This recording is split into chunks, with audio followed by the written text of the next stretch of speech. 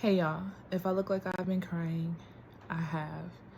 I was gonna wait till later, when I take my hair down. I got conditioning going on. See my little cap in the back. Before I posted this, but I just feel like I'm supposed to do this right now. God is convicting someone's heart concerning you. God is convicting someone's heart concerning you. You know, God, he delivers miracles through people. If I look like I've really been crying, I really have been crying, okay? But God delivers his miracles through people. Like, he does miracles through people. Yes, there can be random occurrences where things just show up or things like that, right? But there are also times when God, he will inspire someone, or he will place you on a heart of certain people or certain things like that. And obviously it's up to that person whether they're going to be obedient to the Lord concerning you. For some of you guys, this just deals with spiritual blessings, okay? But also too, it deals with even your helpers, people that God have placed you on their heart for them to help you or to do something to some extent.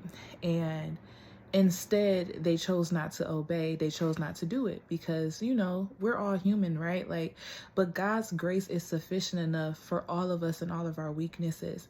Some of you have gone through certain situations that you probably would not have gone through if that person that was supposed to come in and help, or whatever the case may be, if they would have listened or whatever, right? But again, God works all things together for our good. And again, I just want to emphasize the grace of God. But today I want to say to you that you are Cornelius. The Lord has heard your prayers. The Lord has answered you. For those of you guys wondering why I mentioned Cornelius, please go read Acts 10. But pretty much God has remembered your prayers. God has heard your prayers, and he's remembered you. There's a memorial offering that has gone up to the heavens, which is kind of going in alignment with yesterday's word. But God is convicting someone's heart concerning you.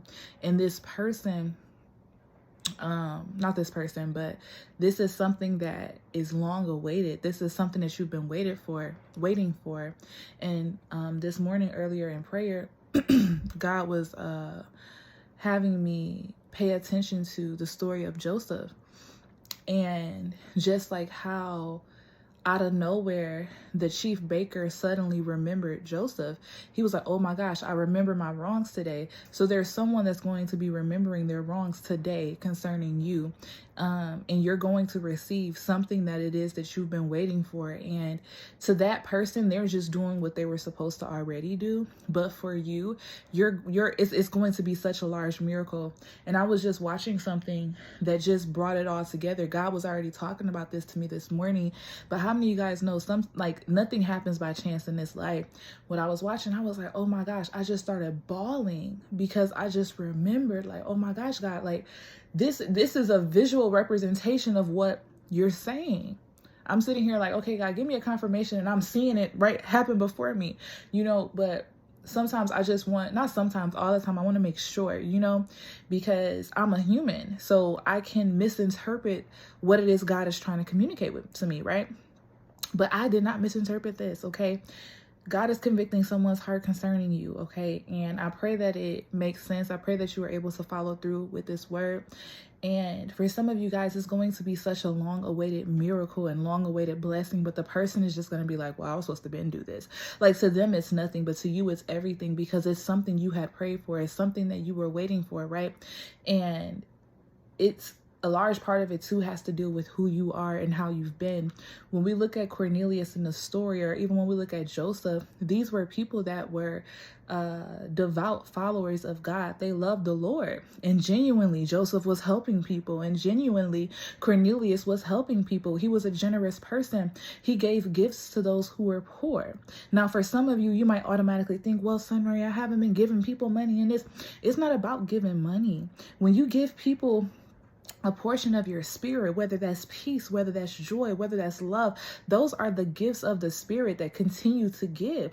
Whether you actually gave your gifts in the sense of any gifts that the Lord has given you. Maybe you sang a song that uplifts somebody. Maybe all the things that you have done, they have come up as a fragrant smell, as a perfect fragrance up to the Lord. Okay, a great offering, a great sacrifice. And the Lord has remembered you. It's a great memorial offering. And the Lord says he heard your prayer. And when he said that to me this morning, I'm like, okay, God, like, which prayer?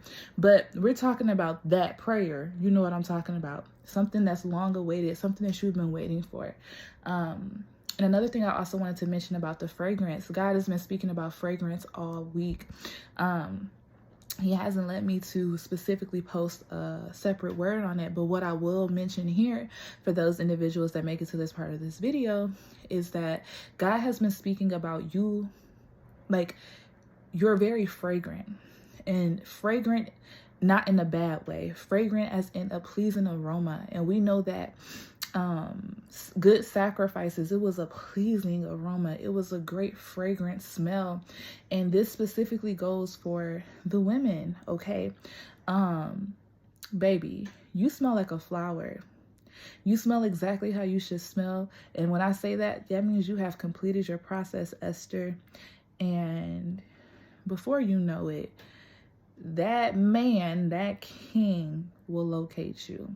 This goes for some people as a right now word, and for other people, this is like what's coming up for you. So if the Lord has been speaking to you about fragrances or a lot of things about flowers or things like that, just know he's not just talking about flowers. He's talking about your fragrance and how pleasing that aroma is to him, that you sacrificed, that you completed your process, that you continue to seek after the Lord, though sometimes you didn't know A to Z or even A to E, you know, or even A to B. But yeah, so this is a 2-in-1 word. Consider yourself lucky. I'm just kidding. I'm not lucky, I'm loved. But all right, y'all, I'll talk to y'all later.